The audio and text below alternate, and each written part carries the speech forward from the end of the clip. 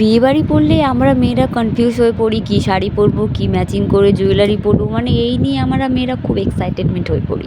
আর আমার একটা বিয়েবাড়ি পড়েছিল আমাদের পুরো বাড়ির সামনে, মানে আমাদের পাড়ায় বিয়ে। তো আমরাও মানে নিমন্ত্রিত ছিলাম। তো বিয়েবাড়িতে যাবো, সাজবো না সেটা তো হয় না। আর পাশের বাড়ি তো কী হয়েছে, সবাই যে সেখানে আপনি যদি না সাজেন তো কেমন একটা অড ফিল লাগে।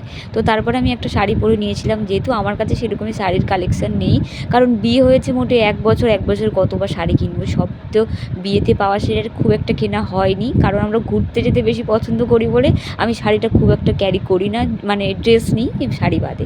তো যাক, বিয়েবাড়িতে চলে এসেছি, গেটটাও সুন্দর করে সাজিয়েছে। আর আমিও গেটের সামনে একটু সুন্দর করে ঢুকে একটু ভালো করে ভিডিও করে নিলাম। এখানে যেহেতু ডিজে লাইট দিয়েছিল তাই কালারটা একটু কালারফুল লাগছিলো। আর বিয়েবাড়িতে প্রথমে আমি একাই ঘুরছিলাম, কারণ আমার হাজব্যান্ড গিয়েছিল অফিসে। ও অফিস থেকে এলে দুজনে একসঙ্গে ডিনার করেছিলাম। ততক্ষণে আমি টিফিনে যা যা দিয়েছিল স্ন্যাক্সে সেগুলো খেয়েছিলাম। আর এখানে বউ মানে ছবি তুলছে, বউকেও দেখে নিলাম, বউর সাথে আমিও ছবি তুলে নিলাম।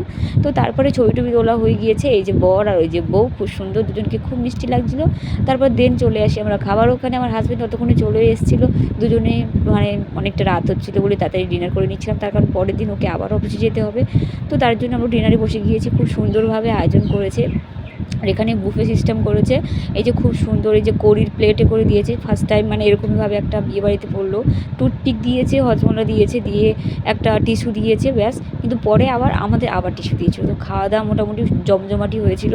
আর যেহেতু একটু পকোড়া, আইসক্রিম এগুলো স্টল বসেছিল, ফুচকা স্টল বসেছিল, ওগুলো খাওয়ার পর ভাত একদম মোটেই খেতে পারেনি। খাওয়া অলমোস্ট আমাদের হয়েই এসেছে, দেখতে পাচ্ছেন। চাটনি আর পাঁপড় নিয়ে পড়ে রয়েছি। তারপরে মিষ্টি এলো, কালাকাঁদ এলো, সন্দেশ এলো। এগুলো খাওয়া দাওয়া করার পরে আমরা হাত ধোয়ার জন্য একটু গরম জল দিয়েছিল, আবার টিস্যু দিয়েছিল, মানে খুব এলাহি ব্যাপার। আর এরকম